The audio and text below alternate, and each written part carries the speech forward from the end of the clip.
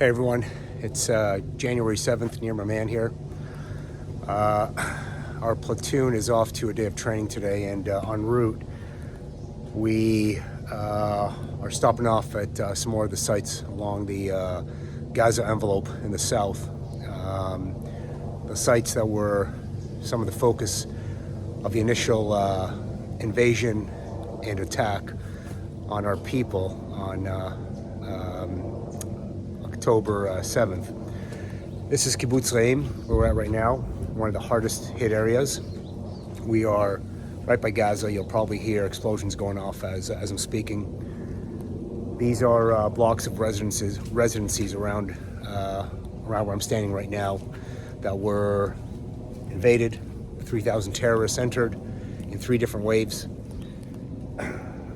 The third wave, I'll do a video detailing a little bit more about the DNA of the attack, of the invasion, and the different waves. The third wave was over 1,000 Palestinians, not Hamas. You gotta get that straight. These were the ones that were following all the official Hamas terrorists, and they came in with their bare hands, going door to door, rummaging through what the initial wave of the Hamas terrorists attacked and neutralized. The third wave came in, literally door to door, kicking in doors and pulling out families, raping women in front of their husbands and their kids, murdering the parents in front of the kids, murdering the kids in front of the parents, shooting up homes, throwing grenades, tying up families, burning them alive. And this is a little bit of what it looks like. Take you guys through here.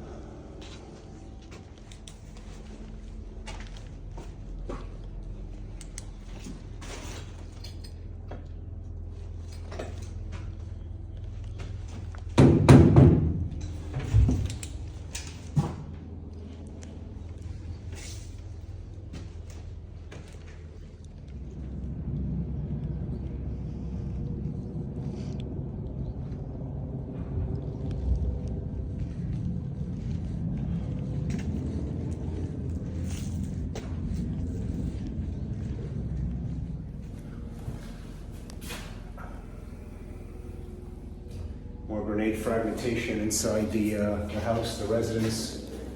Fragmentation, bullet holes. These are bullet holes, clearly.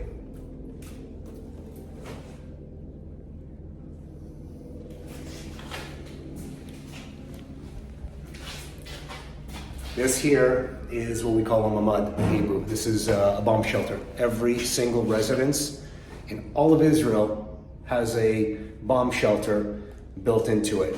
This is for our daily life of whether it's Hamas in the south, Hezbollah in the north, launch their rockets in every day before October 7th, while there was a ceasefire.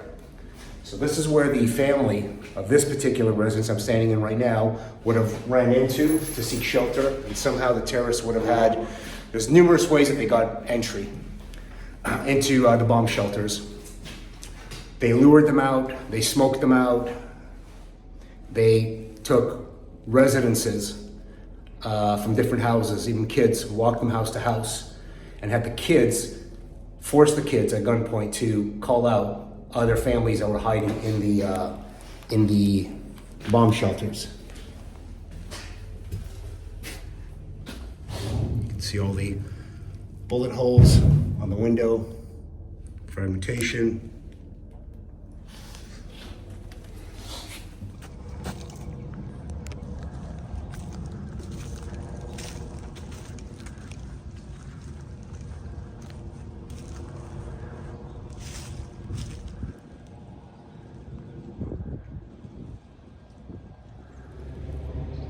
Continuing on here, moving through Kibbutz.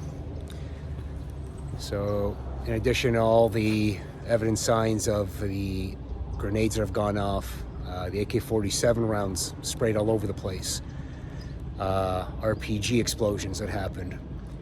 We also have a lot of evidence of the, or remnants of the missiles that were continuously launched from Gaza into Israel and hit here.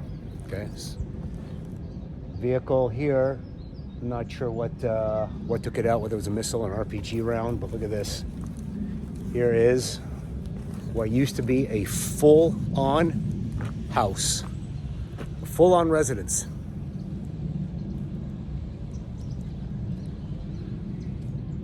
Wiped out, gone, more than half of it.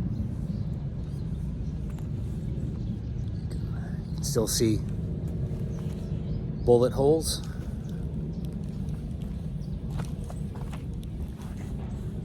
Bullet holes on the door. And the rest here, half of this house literally eviscerated.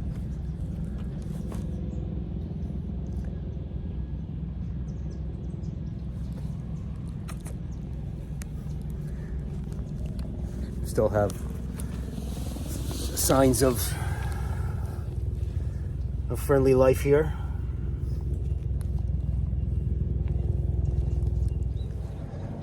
Here's another house. Would have been breached by the terrorists. They would have gone in, rounded up the family members, father, mother, grandparents, children, babies.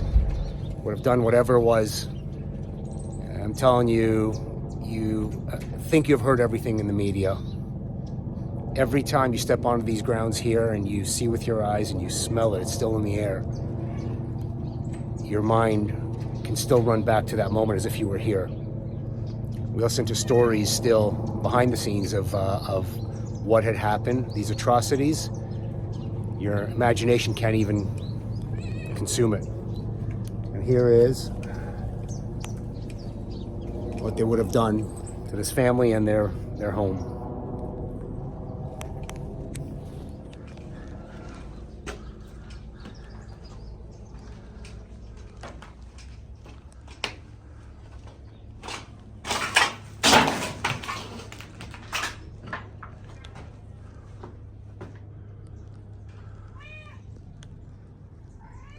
Cat's following me around.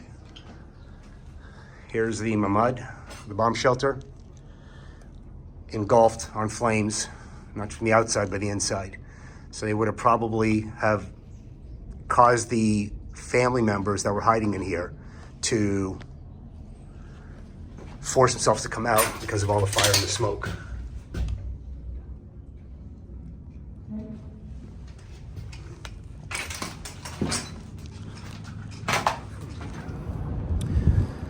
This is the site where the Nova Festival of Peace took place.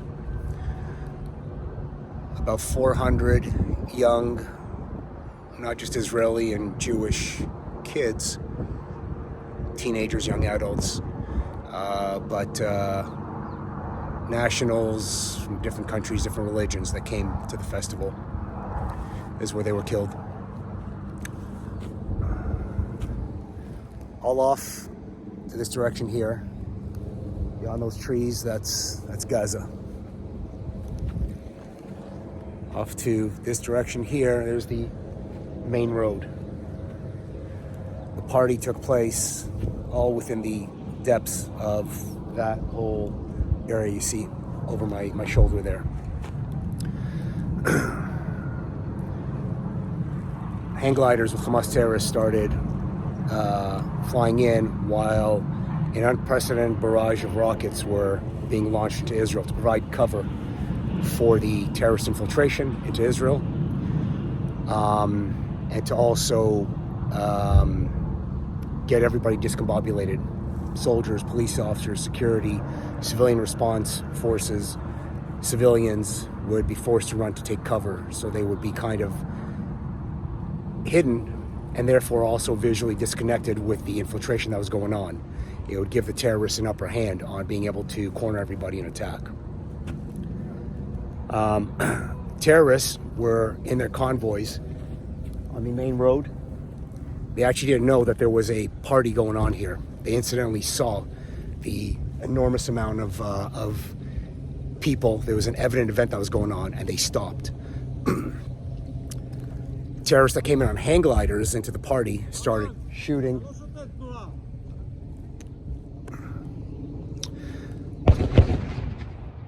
Terrorists came in on hang gliders into the depth of where the party was taking place and started shooting, forcing a lot of the party goers to start running towards the street. They're trying to get in their vehicles.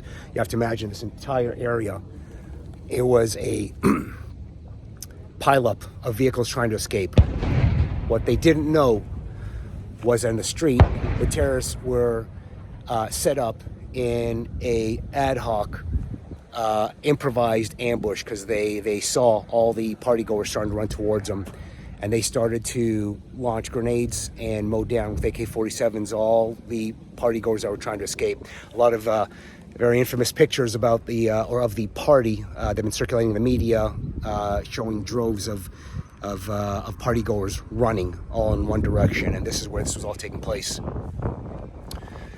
And in the distance over here, these are the posts with the pictures of almost 400 of the party goers that were killed. I don't want to approach, I don't want to film from up close. I feel sick enough to my stomach just being in all these places. I'm telling you, it keeps bringing up, the more you come here, it just keeps on bringing up all these feelings when you realize what happened. But I also want to try to respect as much as possible the memories and the souls of those who perished.